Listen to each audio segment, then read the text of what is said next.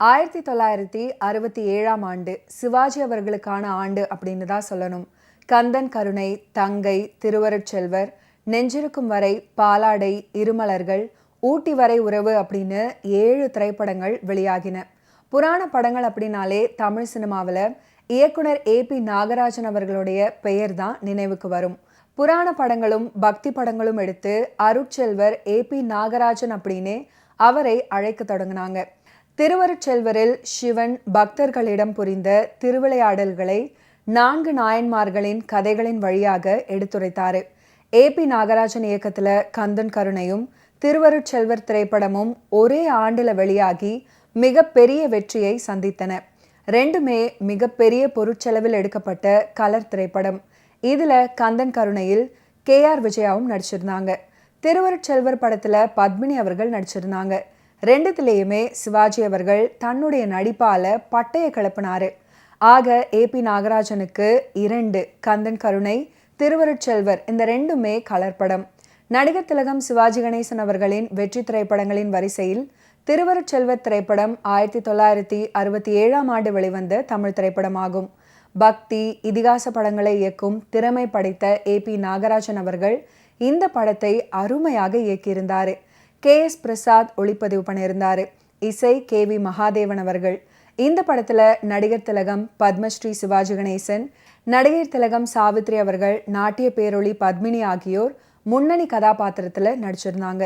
மேலும் இவர்களுடன் Muthuraman, KR Vijaya, Nagesh, Manorama, Padmashri Nagaiah, G Sakuntala, Kutty Padmini, K Sarangapani, ER Sahadevan, TN Sivathanu, PD Sambandam, V Gopalakrishnan, KV Srinivasan, master Prabhakaran, master Annadurai, SR Dasarathan, Karikol Raj, Senthamarai, SR Gopal, Sivasuriyan, Chandran Babu, Gundu Karuppaiah, Balasundaram, Sivan சக்தி நடனம், குமாரி Vidyamurthi, SR Raju அப்படின்னு நடிப்பு பட்டாளம் நிறைந்த படமாக திருவருட்செல்வர் அமைஞ்சது.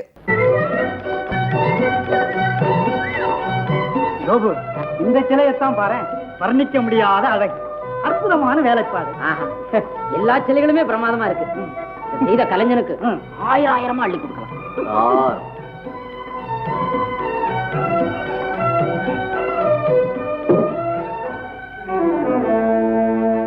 நீங்க யாரை கட்டிட்டு வீட்டுக்குள்ள வந்தீங்க? மன்னிக்கணும், நாங்க வெளியூர் உங்களை பத்தி நிறைய கேள்விப்பட்டிருக்கோம். நீங்க செய்த சிலைகளை எல்லாம் பார்த்துட்டு போலான்னு வந்திருக்கோம்.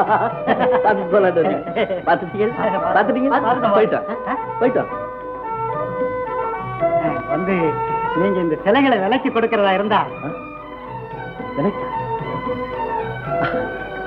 இது கலை சார், கலை. நான் பிறக்கும் போதே என் கூட பிறந்த கலை. கேவலம் காசுக்காக கலையை விற்பதா? வயிற்று பிழைப்புக்காக கலையை விலை கூறுவதா? என்னால முடியாது சார், முடியாது. நான் பட்டினி கிடந்த சாக தயார். ஆனா இந்த பாவமான காரியத்தை மட்டும் என்னால செய்யவே முடியாது. நான் உங்ககிட்ட முன்னாடியே சொல்லல. தயவு செஞ்சு நீங்க போங்க சார். ஏதோ ஆசைப்பட்டு கேட்டோம். சரி வர்றோம். இல்லைங்க, இங்க வாங்க. நீங்க பிரியப்பட்டு தானே இந்த சிலைகளை கேட்டீங்க? ஆமா. எடுத்துட்டு போங்க. இந்த சிலைக்கு 1000 கொடுக்கலாமே. 1000 என்ன, இன்னும் எவ்வளவு இருந்தாலும் கொடுக்கலாம். ஆனா இப்ப என் கையில இருக்கிறது இவ்வளவுதான். தயவு பண்ணி பெரிய மனசு பண்ணி இதை வச்சுக்கணும். பாபு வர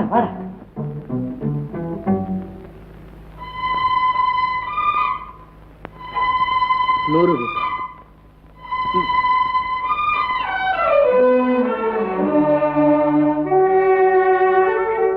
சிவாஜி, சேக்கிழார், மன்னர், திருக்குறிப்பு தொண்ட நாயனார், சுந்தரமூர்த்தி நாயனார், திருநாவுக்கரசர், அப்பர் ஆகிய கதாபாத்திரங்களை ஏற்று நடிச்சிருந்தாரு. ஜெமினி கணேசன் சிவபெருமான் கதாபாத்திரத்துல நடிச்சிருந்தாரு. பிரபல நடிகையாக பின்னாட்கள்ல வலம் வந்த ஸ்ரீவித்யா அவர்கள் இந்த படத்துல தான் அறிமுகமானாங்க. ஸ்ரீவித்யா அவர்களுடைய தாய் ML வசந்தகுமாரி பிரபல கர்நாடக இசை பாடகி. தந்தை கிருஷ்ணமூர்த்தி நகைச்சுவை நடிகர். தன்னுடைய 14வது வயதுல திருவருட்செல்வர் படத்துல ஸ்ரீவித்யா அவர்கள் குழந்தை நட்சத்திரமாக அறிமுகமானாங்க. திருவருட்செல்வரில் ஸ்ரீவித்யா அவர்களின் பெயர் வித்யாமூர்த்தி அப்படின்னு அவங்களுடைய அப்பா பெயருடன் இணைந்து வரும். சாவித்ரி அவர்களுக்கு கணவராக முதலும் கடைசியுமாக முத்துராமன் காட்சியளித்தாரு.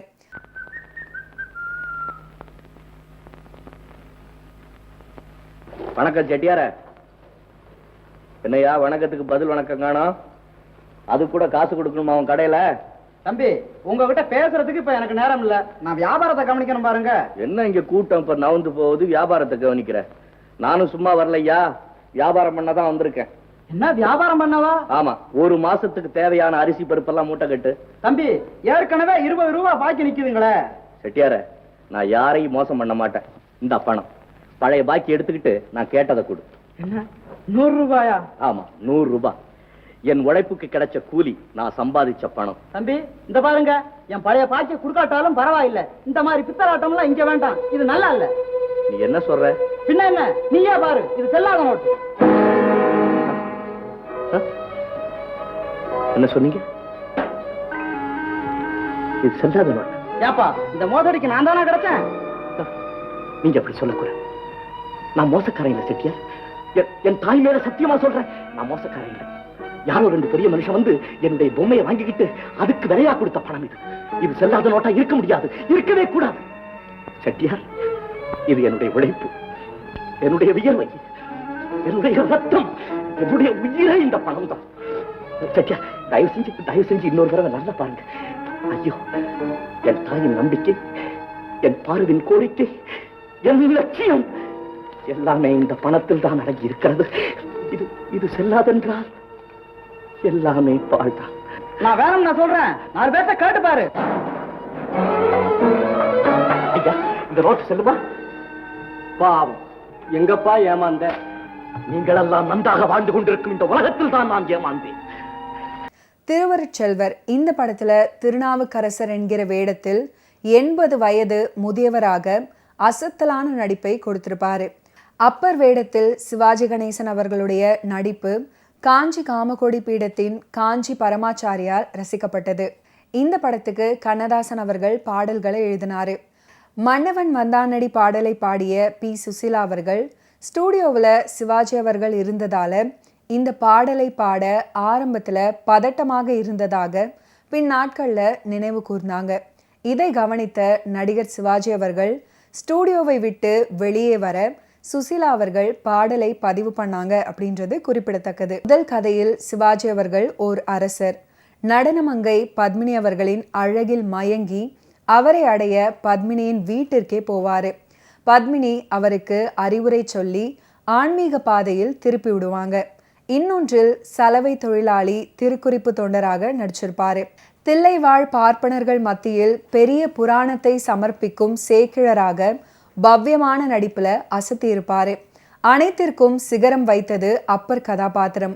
உள்ளூர் மேக்கப்காரரை வைத்து 80 வயது தோற்றத்தில் நடிச்சிருப்பாரு. திருவருட்செல்வர் அப்பர் கதாபாத்திரம். அவர் முன்னரே 6 மணமே 6 என்று ஆண்டவன் கட்டளையில் ஒத்திகை பார்த்துவிட்டு கடலையும் சாப்பிட்டு விட்ட ஒன்று. துறவு அமைதி கலந்த ஒடுக்கமும் செயல்பாடு நிறைந்த பழுத்த முதுமையும் அவர் தான் நேரில் கண்டு பதிய வைத்த காஞ்சி பெரியவர் முன்மாதிரியாக வைத்து நடித்த விதம், நடிகர் திலகத்தின் நடிப்பின் வீச்சு, பிராட் ஸ்பெக்ட்ரம், இரு வேறுபட்ட துருவ நிலைகளை துரித தயாரிப்பில் அடையும் மேதைமை, அவரால் சாதிக்க முடியாதது எதுவுமில்லை அப்படின்னு உலகத்துக்கு ஓங்கி சொன்னது. இந்த கதாபாத்திரம் ஒரு குறிஞ்சி மலர். அந்த 80 வயதுக்கு மேற்பட்ட முதியவரின் ஒப்பனைக்கு அன்றைய காலகட்டத்தில் அவர் பட்ட கஷ்டங்கள் சொல்லி மாளாத அளவு சித்திரவதையை ஒத்த கஷ்டம். அந்த நடை அவர் எல்லோருக்கும் கற்றுக் கொடுத்த அதிசய பாடம். ஒரு கூன் வந்த புத்துயிர் போடு இயங்கும் முதியவரின் பேலன்ஸ் தடுமாறும் துரித நடை. வி வடிவில் பாதத்தையும் யூ வடிவில் முட்டியையும் வைத்து அவர் நடக்கும் விதமே அந்த கதாபாத்திரத்தின் பாதி வேலையை செய்து. நடிகர் சிவாஜி கணேசன் அவர்கள் கதாநாயகனாக நடித்து வெளியான திருவருட்செல்வர் என்ற திரைப்படம் பெரிய அளவில் பேசப்பட்டது. இன்றும் கூட அந்த திரைப்படம் தொலைக்காட்சியில் ஒளிபரப்பு செய்யப்படுகிறது. நடிகர் திலகம் சிவாஜி கணேசன் அவர்கள் அந்த திரைப்படத்தில் 80 வயது நிரம்பிய அப்பர் கதாபாத்திரத்தில் நடிச்சிருப்பாரு. அந்த நேரத்தில் சிவாஜி அவர்களின் வயது 40 தான் இருக்கும். படங்களில் நடிக்கிறோம், கதாநாயகியோடு டூயட் பாடுகிறோம், சண்டை காட்சியில் நடிக்கிறோம் அப்படின்னெல்லாம் வெறுமனே இல்லாமல் நடித்த அத்தனை படங்கள்லையும் கதாபாத்திரமாகவே வாழ்ந்தவர் நடிகர் திலகம் சிவாஜி கணேசன். அந்த அளவுக்கு அர்ப்பணிப்புடனும் முழு ஈடுபாட்டுடனும் அவர் இருந்ததனால்தான் காலம் கடந்தும் அவர் படங்கள் பேசப்படுகின்றன. 80 வயதுள்ள அப்பராக நடிக்க வேண்டுமென்றால் முதுகு கூன் விழுந்து நடக்க தடுமாறுபவராக, முகமெல்லாம் சுருக்கமுடையவராக நடிக்க வேண்டும். தொழில்நுட்ப வளர்ச்சி காரணமாக இன்றைய காலகட்டத்தில் இதை செய்வது மிகவும் எளிது. வெளிநாடுகளிலிருந்து மேக்கப் கலைஞர்களை வரவழைத்து நாம் நினைத்தபடி எல்லா சித்து வேலைகளும் செய்ய முடியும். எந்த வசதிகளும் இல்லாத அந்த காலகட்டத்தில் முதியவராக நடிக்க வேண்டுமென்றால் அதை தன்னுடைய நடிப்பால் மட்டுமே வெளிப்படுத்த முடியும். திருவருட்செல்வர் படத்தை இன்று பார்க்கும்போது சிவாஜி அவர்கள் அதை செய்தது வியப்பாக தான் தோன்றும். கூன் விழுந்த வயதான முதியவராக புருவத்துக்கு மேலே கை வைத்து கொண்டு சிவாஜி கணேசன் அவர்கள் நடித்தது மிக அற்புதமாக இருக்கும். வெயில் அதிகம் இருந்தால் கண் கூசாமல் இருக்க புருவத்திற்கு மேலே கை வைத்து கொண்டு நாம் பார்ப்போம். ஆனால் வயது அதிகமான முதியவர்கள் பார்வை திறன் குறைவு காரணமாக இயல்பாகவே அவ்வாறுதான் பார்ப்பார்கள். இதை சிவாஜி அவர்கள் எங்கோ உற்று கவனித்திருந்தால் மட்டுமே அப்பர் கதாபாத்திரத்தில் அப்படிப்பட்ட ஒரு நடிப்பை வெளிப்படுத்த முடியும்.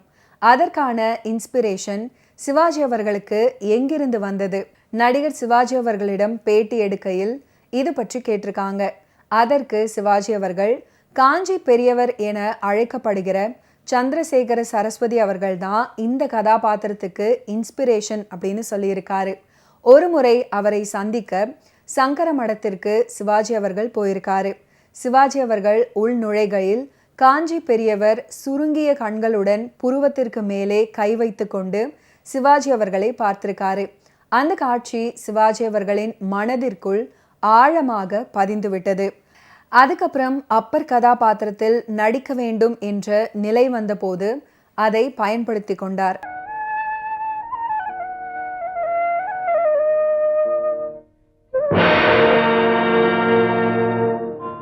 சுவாமி, சுவாமி, இந்த தெருக்கோடியில் நீங்கள் படுத்து கிடக்க நாங்கள் என்ன பாவம் செய்தோமோ? உங்கள் பொன்னான திருமேனி மண்ணில் கிடப்பதா? அதை பார்த்த பின்னும் இந்த பாவி உயிர் வாழ்வதா? பாருங்கள் சுவாமி, பாருங்கள், என் இல்லத்திற்கு வருகை தாருங்கள்.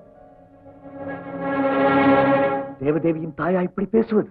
ஆம் சுவாமி, என் பெண் மேல் உங்களுக்கு உண்மையான பிரியம் இருக்கிறதா இல்லையா என்று பரிசோதித்து பார்க்கவே சற்று கடுமையாக பேசிவிட்டேன். புறப்படுங்கள். நான் காண்பது கனவல்லவே? நிச்சயமாக நினைவுதான். பாருங்கள், வந்து என் இல்லத்திற்கு சிறப்பு தாருங்கள். அந்த அரங்கனின் விளையாட்டே விளையாட்டு. பெண்புத்தி பின்புத்தி என்ற பேதமையில் பேசிவிட்டேன். அந்த தவறுகளை எல்லாம் மன்னித்து விடுங்கள். என் பெண்ணை ஏற்றுக்கொள்ளுங்கள். அவள் வாழ்ந்தால் உங்களுடன் தான் வாழ வேண்டும். இனி அவளை காக்க வேண்டியது உங்கள் கடமை. கண்ணும் இமையும் போல் வாழ்வோம். அவளை பற்றிய கவலை இனி தங்களுக்கு தேவையில்லை. விப்ரநாராயணரே, உங்களையும் தேவதேவியின் குடும்பத்தினரையும் சோழ மன்னரின் கட்டளைப்படி கைது செய்து அழைத்து போக வந்திருக்கிறோம். என்னை கைது செய்யும்படி சோழ மன்னன் கட்டளையா? என்ன காரணம்? அரங்கன் கோயிலைச் சேர்ந்த பொன்பற்றிலையும் ஆபரணங்களையும் உங்கள் பணியாள் ரங்கனை கொண்டு திருடி வரச் செய்து அதை தேவதேவியின் தாயாரிடத்திலே கொடுத்த குற்றத்திற்காக உங்களை கைது செய்ய வந்திருக்கிறோம். ஆண்டவா, என்ன சோதனை! கோவில் பொருளை நான் திருட சொன்னேனா? அதை ரங்கன் கொண்டு வந்து கொடுத்தானா? இது என்ன நாடகம்? எனக்கொன்றும் புரியவில்லையே. ஒன்றும் புரியவில்லையா? நீங்கள் கொடுக்க சொன்னதாகத்தானே ரங்கன் பொன்பட்டிலையும் ஆபரணங்களையும் நேற்றிரவு என்னிடம் கொண்டு வந்து கொடுத்தான். அது உங்கள் சொந்த பொருள் என்று நம்பியல்லவா நானும் வாங்கி கொண்டேன். அம்மா, என்ன வளர்கிறாய்? நான் ஒன்று உணரவில்லை. இவர் கொடுக்க சொன்னதாகத்தான் ரங்கன் கொண்டு வந்து கொடுத்தான். அது திருட்டு பொருள் என்று தெரியாமல் நானும் வாங்கி கொண்டேன்.